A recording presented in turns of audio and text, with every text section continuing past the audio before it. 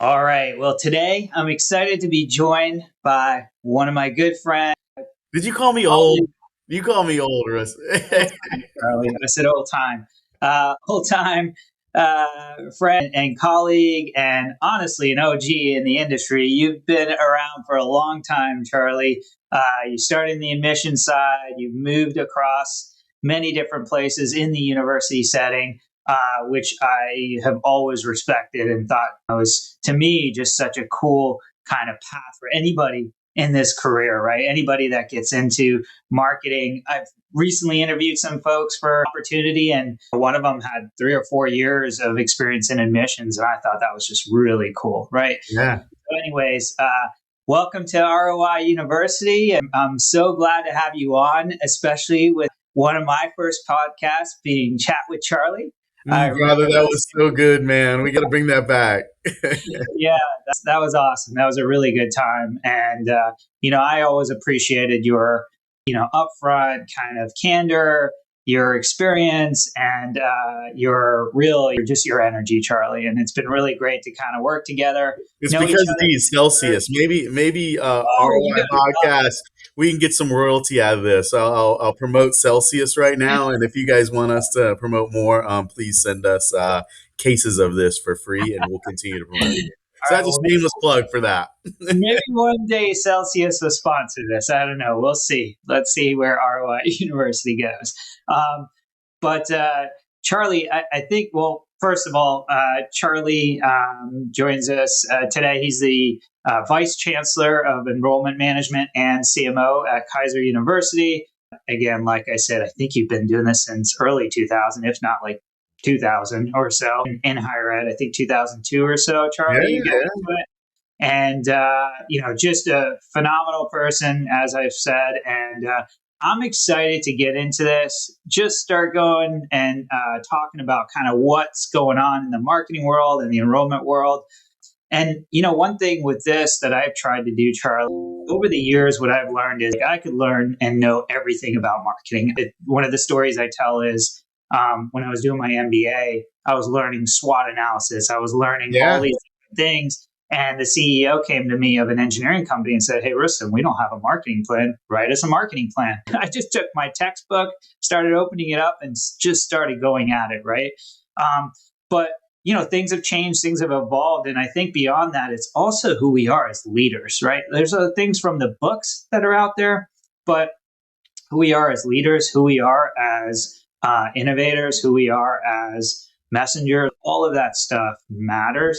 And one thing that I've always thought was unique for you and what you've put out there is you tag yourself as the modern CMO. I always thought that was kind of cool branding. But I'd love to kind of dig into that a little bit, Sure. Charlie. Like, what does that mean? And what do you think that means today versus kind of in the past? Like, the CMO 2.0, right? Yeah, yeah. Well, first of all, I was trying to position myself. I was trying to stand out a little bit, just like everybody else does. Yeah. And Rustam, I mean, the people that know you, and it's a lot of people know who you are too. And I think, I appreciate all the compliments, but we all learn from each other, man. I mean, I think we're all kind of humble. We've lasted in this industry so long. We've got some barnacles on us from the past, and we're just a student of the game. But we're always interested in learning. And I think that's the modern CMO now. I was at something this past week, and you and I had talked about that. I remember the days of Jerry Springer and Sally Jesse Raphael and Montel Williams and the Thrifty Goodness. Nickel and the Val Packs. And we've come such a long way and really focused on mix and segmentation. Aggregators were big for a time there. Reddit got big and then it went Oh, away. oh, remember, so because you said Sally Jesse Raphael, Montel Williams, all that, the ideal spot for TV commercials, I think you remember this, was Education Connection and Shannon Doherty from That was it. It was perfect. You were like, she was in everybody her on the pajamas. phones, we're running ads right now. She was in her pajamas. I mean, that was like the ideal, right? Because those are people at home that are obviously not working either. They're retired, okay, but if they're not retired, they're at home watching television at 2 p.m. probably need to do something, They right? need They're to do looking for something, right? Or they're exactly, playing hooky, they're playing sick, and they're not going into work, so they're working daytime. I don't know if exactly. you remember back in the day. I think it was Virginia College way back in the day. They did the bridge, and it was the girl walking across the bridge. She looked like any other student that would be at their school, and she gave this like, "If I can do it, you can do it." And that was the first time we really saw that relationship kind of marketing, that the trying to be authentic side. And now 2026, man, everything is authentic. Like you can't, well, I shouldn't say that. You think it's authentic sometimes, but you got to break from that. There's a fine line there. There's a little bit of blur now with what's authentic and what's not, and you're hearing more of that, right? Especially from a content perspective, Yeah. what versus what's not, even from some of the videos that are out there and so on. So I think it's going to be really interesting to see, like you're saying, like the authenticity in the future. I think is Yeah. definitely to be a trust builder. It is. And do you want to swim upstream on it? Like, do you like my thing is I don't want to put things out that I like. You should be putting stuff out that relates to your audience and in a frictionless environment, that all type thing in the journey. But I'll tell you, man, and you're like this too. Everything I've done for my whole like being on the average, like the reason why it's a good more from a mission side or enrollment side into marketing or advert stuff is because I know what I want to call. Like when you're sitting in a cubicle on the phone all day, you Yeah, start to learn what resonates, and it kind of helps you target a little bit better. And if you have that acumen to be good at that, and I'm not saying I'm great at it, but I just surround myself with great people, and that's also what you do. But for me, man, it's everything I've been trying to do is get to earn media. I mean, that's my whole mission, even before AI. I love paid search, you love display, love the keywords, love everything. But the more you can get to that organic style, I think, especially in 2026, that's the tip of the spear, I guess you call it, is the earn side. And yeah, then what's all under that. And I'll say the other thing too is mid funnel has become way more important than ever now. You know what I mean? agreed. And learning the mid funnel experience and then bringing that to your paid side. Like what is working and how can I make it into our paid? And a good example of that, and I'd be curious to see what you think about this, is on the paid social side. That's blurred now. You can't tell what's Yeah, organic or what's paid now. So it's an interesting thing. And you and I have talked about it just from a professional side because I'm worried about that. yeah, It's a real converter for us. I don't know about the attribution. It's hard to understand it, but it's doing something. But what else can I do on paid social to help out, type thing? You get what I mean? yeah. 100%.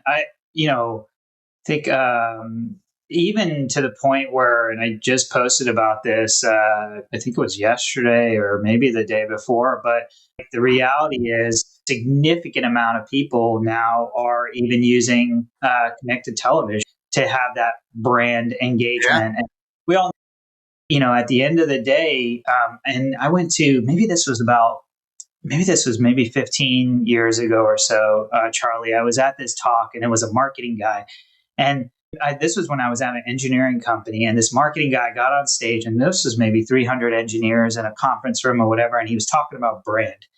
And he gave a really powerful speech, and it kind of stuck with me back then, where he was saying, you know, you wake up in the morning, right? You hit your alarm clock, which is back then it was like Magnavox alarm clock. I don't know, but you go to you go to your bathroom and you flush your Toto toilet. Then you go to your sink and you grab your Colgate toothbrush and you grab your Crest toothpaste, and then and he just went off, like he literally ranted for 5 minutes on the he said, like, on a daily basis we're getting hit by 300 to 400 different brands and we don't even realize it, right? And so again, the point there is, like, there's so many different touch points, and it takes, as we've heard many different ways, like 7, 10, 15 touch points sometimes for somebody to see your brand before they build that trust, before the timing is right for them to actually say, okay, this is a good Yeah. fit for me. Yeah. Right? And so social comes into play there, organic, paid, Google, like all of it. So and I think people have moved away from omni-channel, but I think it's still relevant that No, I do too, man. still I'm yeah. omnichannel approach. Like you still have to be connecting with people, showing up with people in those different areas. They're making decisions earlier now, and I think those tools help. Like they don't even know they want to go to school yet to some extent, right? Yeah. I mean, the old thing was like with the high school guys that did the high school program. Sullivan was always really good at that back in the day, and there's some other good ones out there. But they were percolating the middle school and thing like that. So you look now with the AI economy, in opinion, but it is supported by data. But you look at what's going on now, these cats are like that. It's just a different mode of communication now. And their Yeah. decisioning is starting a lot earlier. It's not top of funnel. It's like even before that. I mean, it's way up there that you've really got to like get Reddit. I don't know about you, man, but I'm trying to figure out how I can get people on Reddit in a good organic manner. And oh, by the way, they work for Kaiser. Substack. I'm even getting into Substack, Discord. I mean, there's so many things out there for source. You know what I mean? The key to any of this, and this goes back to what you were saying earlier, is the authenticity, right? Where we've seen challenges, especially for education, right? When you have your brand engaging and all they're trying to do is promote the brand or promote the opportunity or promote the program or whatever it is, it does not come off as authentic, right? No. But if you have your dean of the College of Nursing engaging with people who are in high school and considering nursing as a career and giving them actual beneficial content or giving them resources or giving them advice with no nothing tied to it, just really, hey, we run nursing programs, we know what the challenges are, here are things to consider. That is valuable, that It is building is. trust. And the problem with that, Charlie, and I think to me, is it takes time and effort and resources, and you cannot just buy your way into those types of You can't. platforms. It's the old perform. Like I was going to show you. I don't know if you can see that, like a Yeah, triangle. I see Like you're trying. I saw a visual the other day, and the top part, which is the little part of the triangle. If you get what I mean, Yeah, that was yeah, brand. That was brand yeah, back in the day, or just 15, 18 months ago. Below that was all performance marketing. I mean, performance. You know what I mean? Performance marketing yeah, is driving this on demand, that kind of thing. yeah, Now it's flipped, where the performance is the tip, but the big base now is brand. And I think, systems that realize that and start to separate their budget, like us, we are heavy reliance into that side, especially on paid search. yeah, And we're breaking out our budget differently. So we're spending more time on brand reputation. We're spending more time on these things that in the past you couldn't identify yield real good. So you got boards and trustees or CEOs or presidents, and they're like, I need this now. And you're like, no, it's a longer game now with that brand rep that you got to put money into. I don't know if you agree with that or what you yeah. think. Well, I think that's going to continue to be more and more important. And again, the reason why is because of the noise that's out there, because of, now with a lot of what's happening, what is authentic and what is not, right? And the final thing I'll say on that end is it's just continuing to become more and more competitive environment. Um, Yeah. there's more options than ever for potential Shiny students objects, shiny objects all over the all place. over the place. And, some conversations we've had with schools that are like, well, we just want to create online programs and we want to go global and here's our goals. We had some of those conversations, Charlie, maybe 3 years ago. And now I kind of look to see where those schools are. There were lofty goals. Let's put it Well, they that way. are, man. I think, just thinking just how you work too in your personality, you're a collaborator. And I think that's the other thing that, there isn't, you got your social team, you got your paid team, you got your SEO team, you got that, and then they don't kind of talk to each other. And that's kind of that ecosystem, if you get what I mean, that I Yeah. think we're forgetting. And the other thing, you're talking about programs are going online. I literally had a conversation with Claude this morning because I read an article about McKinsey and people are starting to use different AI products to build market studies, and we're always curious about what's a good program to offer or what's the market looking like. And so I had a conversation with Claude. I didn't just put a prompt in. I was like talking to Claude, like, well, Claude's this, Bruce is ChatGPT. That's my name for ChatGPT. But I Yeah. chose Claude, and I got a 20-page market study based on the demo, based on what the career looks like in 30. And it's not exactly perfect, but those are the things that you talk about. The modern CMO, going back to your earlier question, is using the tools now, but not losing the culture you are. And Yeah. for me, it's more collaboration between departments, if you get what I mean. And Yeah. then using these new tools to figure out how I can approach the audience quicker, better, and faster.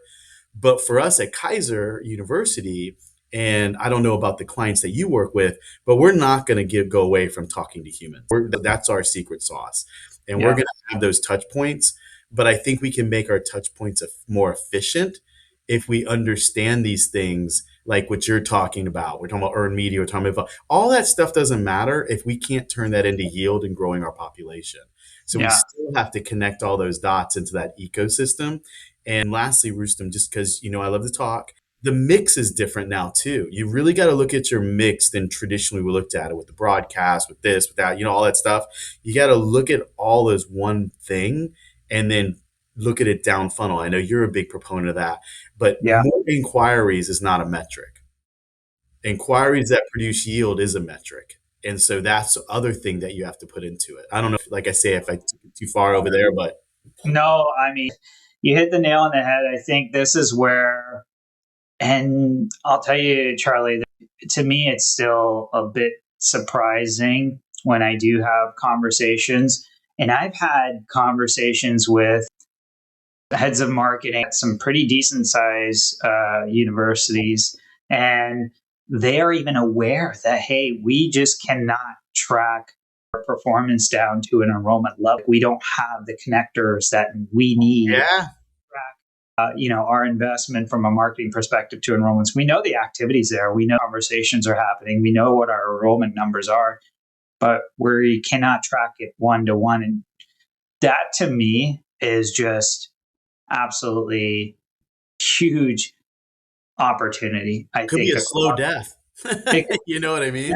that's the thing is I cannot believe that. And these are successful operations that operate like that, and they can maybe do it, especially if you're a well-known brand, you're a traditional university, you've got the alumni base, you've got a good slew of kind of candidates coming in every single semester, and you've got that kind of filling our applications. But many are not like that. And then the other side of that, if you want to think you can do that and then go online and go beyond, your brand And how to differentiate, because you're a commodity if you don't differentiate yourself. You're just 100%. another person in a different modality, right? Absolutely. And this is where I think I even wrote a LinkedIn, actually my most viral. I had one post, I think over the last 8 years, I've been posting like hundreds and thousands of content pieces, but I had one that really went pretty viral. I think I had a couple 100,000 impressions or so. Good. It was about your brand having a radius. You literally, like, your brand has a radius, especially for traditional schools and campus-based programs that have one campus. Like, you're going to have where it'll resonate within 50 miles. Then you've got 100 miles where you're going to start to diminish. Then you've got 150. Yeah, what's your zoning, right? 100%. But you may not even know your zoning. I worked at a school group, dude. And sorry, the Celsius is kicking in now. Another shout out to Celsius. Let it kick in, Charlie. Please reach out to Rustam and the ROI podcast so that you can set up some sponsorship time. We're taking sponsorships. Yeah. We're taking sponsorships. But, I worked for one school group, and they were, I'm not going to give too much away here, but they were in one state.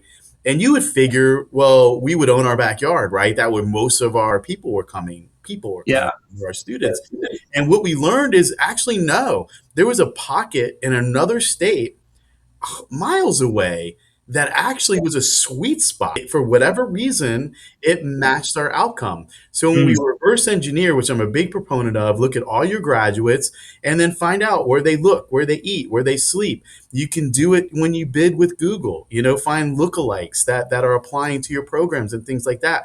You have to be smart now with the yeah, dollars that you have, because your trustees are going to expect that. And Rustam, and you can't do that without data, is my point. But 100%. my I guess my other point that without getting into it too much is no one's too big to fail. I mean, none of these systems that have been around for years and years and years, they're realizing, is it revenue?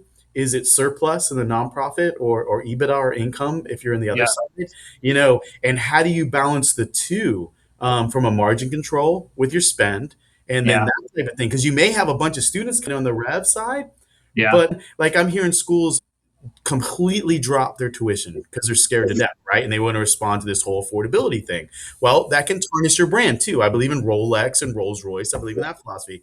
But if you drop your tuition too much, maybe you have a net positive on the rev and your pop goes up more. But what about your margin and your yeah, surplus if you keep things the same? So it's such you can't be siloed anymore. I guess what I'm saying, at the university setting, it takes the whole leadership team working cohesively together with top of funnel, with the journey of admissions and enrollment, to who's teaching for the first upcoming classes, where are your drop points, your gaps, and are you re-entering them in, and then what's yeah. the outcomes look like.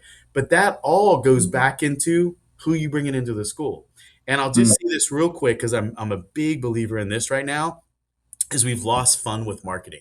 It's so on demand. Like, it's not, I feel like, to the most part, and I'm guilty of this, I don't make it fun anymore. I want to have an obsession with experience. Like, I mm, believe it's more than just the programs we offer. It's, will I fit in? Do I belong? Am I going to be with the cool people? Are these the people that I want to walk the halls with? And I think we kind of get so, in marketing and enrollment, we get pounded on so much that we turn into this jaded group that we just want to sell hamburgers all day. You know what I mean? But we're not building that, like, life learning experience for the community and the workforce. Sorry if I'm over talking, brother. You can edit that out if you want to. no, no. Look, I 100% agree with you. I think what got me into marketing is it's science and it's art, right? And I think, especially with competition and continued challenges in the space, with, let's say it's regulations, let's say it's the push for online, all the competitive lands, all those things are there. The data will tell us what's happening there, right? And we can kind of adjust with the data. But the other side of that is it's also art, like it's the storytelling, right? And that's, like you said, and I think we miss that. And I've been guilty of this too. Like, that's the fun part, right? That's the story That's part. when we That's got into business. exactly what attracted us, right? To me, it was both sides of that that definitely attracted me to it. And I think we tend to forget that sometimes. And that is where, again, going back to the beginning of this, the authenticity comes out. It's in I'm that a believer in that. We've said your part. vibe. What's your statement that I Your love so vibe much? is your tribe. Your I vibe mean, is your and that's tribe. what That's you're creating. But we right. forget. I mean, I forget that. We forget that. I get stressed as a marketer. You've got, I'm not saying I have this here. I'm just saying in general, because we all know this. Well, one, everybody's a marketer now. Everybody's a social media expert because they scroll. Yeah, so Yeah. you have to deal with everybody telling you how you should do your job, and that can get kind of frustrating when you're trying to work a strategy. Not complaining, but it's a reality we deal with, right? The other thing is, everybody wants yield. Everybody wants to grow their population. And then you start to resort to quick stock photos because you don't have a good production team where you can show real things. Or you start to write long-winded statements because you're trying to pre-sell them too hard without them going through a good mature funnel. And those are the things that concerns me because of that art side that I love. I love the storytelling. I love showing reasons why you should be here. I love, if we have a maturity window from ink to enrollment of 45 days, what things in nurturing techniques can we bring that to maybe 15 days to 20 days? But that's not something I can do immediately if I'm crunched with my fall entry. You know what I mean? If you're traditional based or you have a start every 5 weeks. So I think a note to all of us as modern marketers is you've got a short game and a long game. And that's got to be understood, and it has to have buy-in from everybody Sure. involved with that, or you're just going to turn into a widget creator. And in a human business, you can't be that because you're dealing I with love humans. that. You know what I mean? I love that. A widget creator and a human business. Very nice, Charlie. I like that. I'll keep that. I'm gonna keep that quote. Not as good as the tribe, man. It's not good as I the didn't vibe. make that up. I heard that actually on a podcast maybe a year or two ago. You can coin it. No, you're coining it. You need to copyright that, trademark that. Funny. It definitely resonated. I guess one other thing I think it's important is what's something that a young marketer that's looking to kind of get to position. I was in the CMO seat. You're in the CMO seat a couple times, and so like, what's something that a young marketer that's kind Wow. of coming up, that's looking like something that some advice for them that maybe they don't want to hear, but maybe they should hear. I think that would be helpful. I want to hear you answer that too, because I know, and I love how you Yeah, think in process. I'll tell you mine right away. I think you got to put in the work. Like whatever it is, I mean, you have to put in the work, and you have to be more than what is even required. Yeah. I personally would work on projects. I would work on side projects. I would come up with ideas of kind of campaigns. There was a campaign idea that I had at one organization, and it turned into a significant part of the revenue of the business. And it was 3 failures for me to get it kind of finally going. But once it got going, it was a significant boost to the revenue of the business. But I did that on my own time. I did that on extra time outside of that. So to me, I think that's one thing. Like, if you think you're working hard, like, work a little harder. That's a good point, man.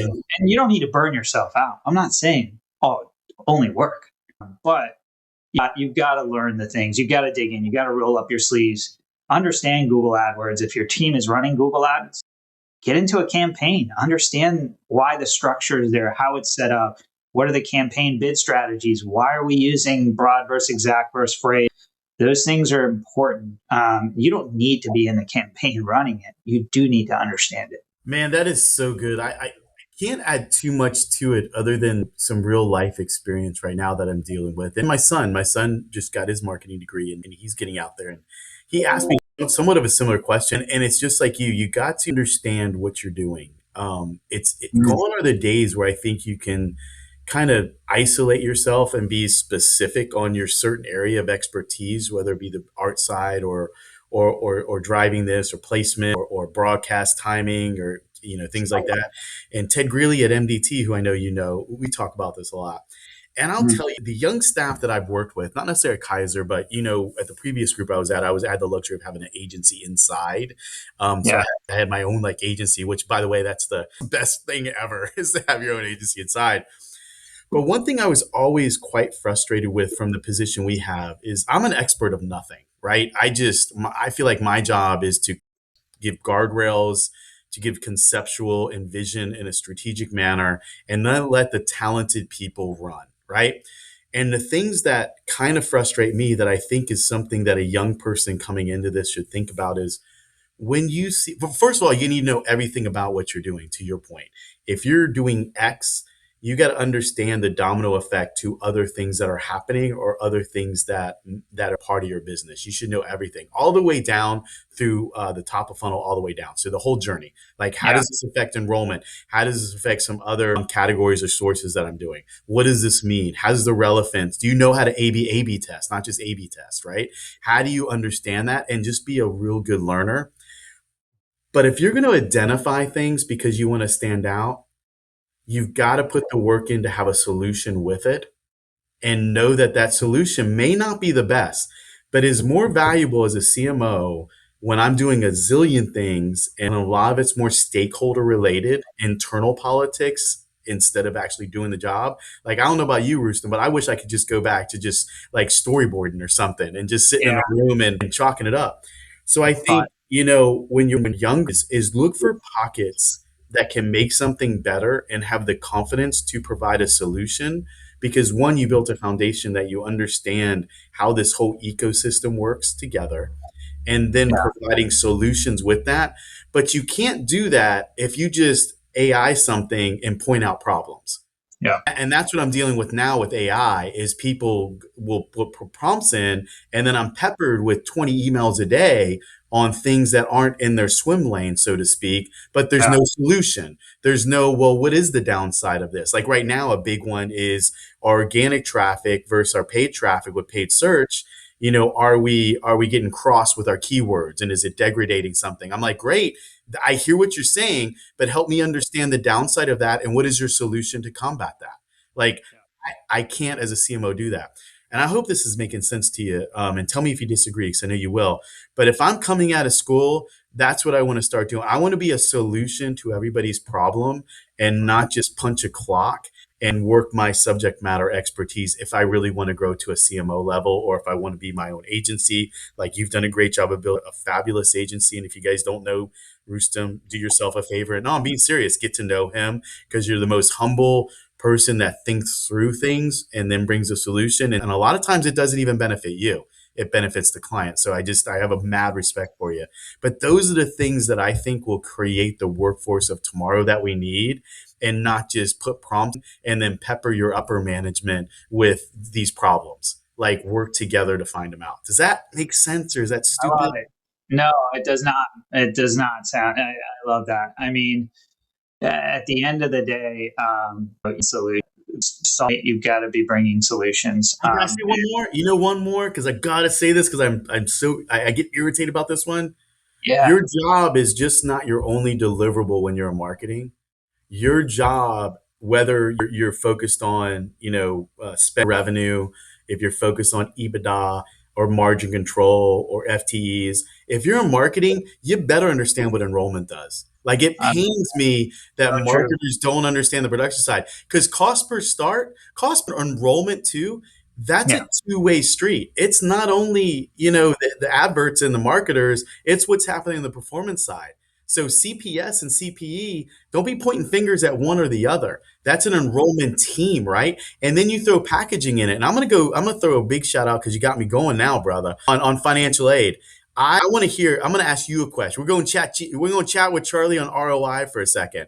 Let's do I it. believe that we've put so much training and so much stock and so much time into our admissions people, and we have got to have that same vigor and vision with financial people and financial aid. I believe our Achilles heel of the future is we're not prepared with soft skills and how to have good conversations on the financial aid side or the financial side. And we've always put so much into the admission side. And I think if you're a system listening to this, you would do yourself a favor to pay those financial aid people a little bit better, put some really good ongoing training like we do in admissions, have financial pack run rates, have weeks leading up to start and working backwards and understanding what they look like, find out what the power of a good no fiduciary or encumbrances to starting school looks like, and work together as an enrollment team, which means marketing, enrollment, and FA. All three Yeah. of those are the three-legged stool. We can't do this. Your mission is bring me leads. Your mission is to convert them. Your mission Yeah. is to get them money. Those days are gone, man. The way these guys think, it just Mm. 18 to 35 or whatever. It's a Yeah. whole I can't say the word Yeah. nucleus. No, Sorry, man. You got me on a tangent on it. honestly, I love that. I think not enough people talk about that, right? I mean, one of the biggest challenges is finances, right? Yeah. How am I going to pay for this? What are my options? Like, those are pretty serious questions for a pretty serious And decision. why should I pay that? What's your Yeah. unique Yeah. benefit? If you 100%. get And criminal so, justice and you charge a price, yeah. well, so does everybody else. So Yeah. what is different about you, and why should I do that here? Right? I love that. I love it. And I spoke about it. Maybe I think I did a podcast on this maybe a few episodes ago, but I call it the FAM framework, which is Wow. finance, admissions, and marketing. The FAM framework. All three have to be aligned. I love that. In that framework, I was referring more to like finance in general within the business or the school. But I think the financial aid part fits right in there too, like that FAM framework with financial aid, admissions, and marketing, right? That is kind of the core of the nucleus of the university and the admissions It's the process. trifecta, man. I mean, It for is. us, most of our students, believe it or not, are individuals that went to another school. So they were Yeah. unsuccessful in other schools. So we have to talk to them differently. If you're a Yeah. first generation school or they're coming right to you, you're trades driven, you talk to them differently. But I also feel like, just like in marketing, this is not ego, this is listening to people, Yeah. is we're so just trying to do this that we're forgetting on the audience side of it. And if 70% of our students came from another school, well, we need to understand why they didn't complete what they complete at the other school and help them understand why our school fits that. And that can go into our marketing, our organic channels, our mid-funnel channels. Like, are you pointing out what you're good at? Are you pointing out what other people, without pointing them out, right? But Yeah. if you're Charlie Parker and you need this, well, this is where you can get that type thing. Got it. Yeah. I No. want you getting more Celsius before these calls. I love it. No, get more next time we chat. I love it. Well, Charlie, we are pretty much kind of at time here. So grateful for you to join. Thanks for being on. Again, for me, it's like having a celebrity from my first chat with Charlie. Whatever, brother. I Whatever. appreciate it. But if somebody wants to connect with you and get to kind of learn a little bit more about you, chat with Charlie, I know you're out in the community, you're always putting content out there and so on. How can they find you? What's the best way? I mean, LinkedIn is what I'm predominantly on. You can look me up on LinkedIn and then put Kaiser in there. It's where I work at, and that's my family. That's my hood right now, Kaiser University. But yeah, look me up. I love talking. And Rustam, anybody listen to this, because I'm going to share this out too. If anybody needs someone just to talk to, or someone that can really help them out from a jam, you got to reach out to his agency, and you're a class act and you know the biz more than anybody else do. So don't forget that. Charlie, I appreciate that. I'm going to send you a case of Celsius for that No, one. don't. I won't shut up. All right, everybody. Well, thanks so much for joining us. That's all for this class of ROI University, where the big ROI is personal. Thanks so much.